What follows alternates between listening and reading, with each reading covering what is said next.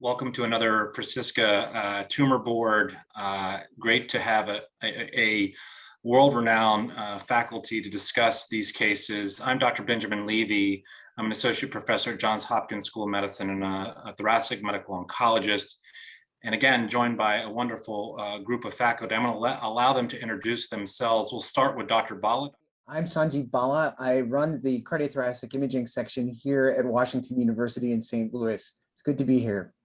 My name's Wally Curran. I'm the Chief Medical Officer globally for Genesis Care and Professor and Director Emeritus of the Winship Cancer Institute of Emory University. I'm Varun Puri. I'm a thoracic surgeon and professor of surgery at the Washington University in St. Louis, along with Dr. Bala. I'm Ross Camage. I'm the Director of Thoracic Oncology at the University of Colorado. I'm a medical oncologist and delighted to be here again.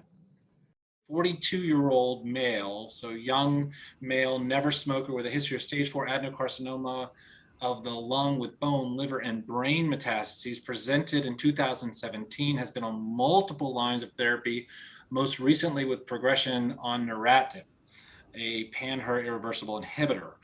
Patient status post stereotactic radiosurgery to the brain, again, EGFR positive, other mutations negative. What is the recommended next line of treatment? So this patient, again, presented back in 2017 with chest pain and bone pain, has a performance status of 1. Medical history, hypertension, seasonal allergies, social history, no tobacco use, alcohol use, or drug use. Family history, is non-contributory, no cancer history. Again, 2017 presented with sternal chest pain with lifting weights. He had a bronchoscopy that revealed an adenocarcinoma, a well-differentiated one, lipidic component, positive for TTF1, had a EGFR G719S mutation, an uncommon EGFR mutation. All other mutations were negative. The PDL1 was 0. The PET-CT revealed miliary deposits in addition to pleural and bone. I'm not sure if we have a PET, but if we do, we'll let Dr. Bala review it.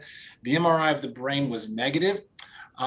January it looks like May of 2018, treated with osimertinib with modest shrinkage, the bone pain resolved, and then June 2018 has progressive disease in the lungs and pleura. Has a repeat biopsy with an Archer fusion plex, which shows MET and HER2 FISH. I think negative. It looked, or positive. I'm going to assume it's positive MET and HER2 FISH. I'm not sure here. No mechanism of resistance identified, so I assume maybe not. Negative for MET and HER2 by FISH. PET scan here, I'll let Dr. Bala review. Thank you, Dr. Levy. So the coronal image from the CT part of the study shows these kind of very centrally clumped nodular airspace looking opacities. And this pattern, this bronchovasculocentric pattern, is very typical for this type of adenocarcinoma. And so it's not surprising that was the pattern there. Notice that there's an absence of pleural effusion, which can help with the diagnosis. If you look on the image on the right, there is a focus of uptake in the sternum, which corresponds to the patient's sternal lesion and their clinical symptomatology of bone pain while working out. Okay. So, and this is some longitudinal CT assessments, Dr. Bala? And again, looking at the 3 time points. So January, we have these nodules. In March, things get a little bit better. And then in May, they progress and we end up with these areas of consolidation. Okay. Patient experiences disease progression on osimertinib. It started on carboplatin, pemetrexed, and continuation of the osimertinib. Has a good response after 2 cycles, although some trouble with some rising LFTs. In September 2019 to January 2020, the patient remains on pemetrexed with osimertinib, but then unfortunately developed disease progression in the lung, pleura, and brain. January 2020 has SRS to 10 brain lesions. February 2020 starts 3rd-line treatment with osimertinib in an antibody-drug conjugate clinical trial. That is stopped 2 months later due to symptomatic pneumonitis requiring steroids, grade 2, and or progression. And here we go. So here's the scan in February and that in April, Dr. Bala. So in February, we can see again these kind of central clumped areas, which are typical of this type of neoplasm, but there's now a left-sided pleural effusion. And Then on the April study, there is a small hydropneumothorax. Presumably there was a thoracentesis. And as Dr. Puri had alluded to in a previous case, you can appreciate that there's this thickening along the visceral pleura now, which suggests that there's a malignant pleural effusion and there may be a component of a trapped lung now on that side. Okay. So the patient gets fourth-line gemcitabine, stays on the osimertinib, gets gemcitabine followed by bevacizumab. The bevacizumab is started in July 2020 to September 2020, so just 2 months. The bevacizumab is eventually stopped as the patient doesn't feel any better. Patient gets more SRS to the brain for 3 treatments in September 2020. And then in October 2020, gets fifth-line treatment with neratinib, a drug that's been recently uncovered to maybe have some meaningful activity in uncommon EGFR mutations. Patients from November 2020 is escalated to full dose to 240 daily with Imodium prophylaxis. And then unfortunately in May 2021, sounds like there were 7 months of disease control with neratinib, progresses on neratinib.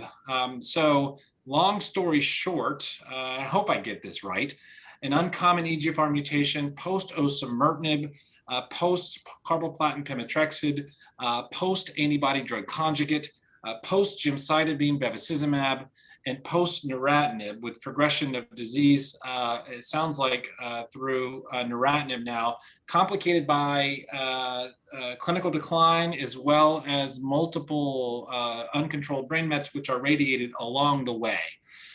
So question here is, and again, I'll turn this back over before we get to the question, Dr. Bala, scans from September 2020 to March 2021. Just briefly, it is just very minimal change between the two. The parenchymal findings look a little bit better. The pleural effusion looks a little bit worse. And then I guess there was probably subsequent imaging in May that showed that it had progressed despite the treatment. Okay. So this is, Dr. Kamich, you have the unfortunate responsibility. Maybe we can back up with that uncommon mutation as a first question. Would you have started osimertinib versus another TKI? And then what would you do now? We don't know what the patient looks like. The eyeball test will be important. The scans don't look great, but I'll ask you those 2 questions. Well, I should come clean and say it's actually my patient. So I really wanted to illustrate, what happens when you're really throwing the kitchen sink at young patients trying to keep them alive. I could see you raising your eyebrows when we did SRS to 10 lesions, but he's a guy that, we've kept alive for 4 years with stage 4 disease, and we didn't want to give him whole brain radiotherapy. As you can see, we've tended to add in chemotherapies, and we get, on pemetrexed, we had 18 months of disease control, really very little with gemcitabine, really very little with bevacizumab. And then the G719S, so these rarer EGFR mutations, I wanted to illustrate the fact that even though they're not licensed under osimertinib, they will respond. So we had about 6 months of benefit there. And then neratinib, which it has breakthrough status, but is pursuing a license specifically in these G719X, they're sometimes called mutations because you can have multiple different amino acids, will sometimes show benefit even after multiple other TKIs. And certainly that was true for this patient, and he symptomatically felt better.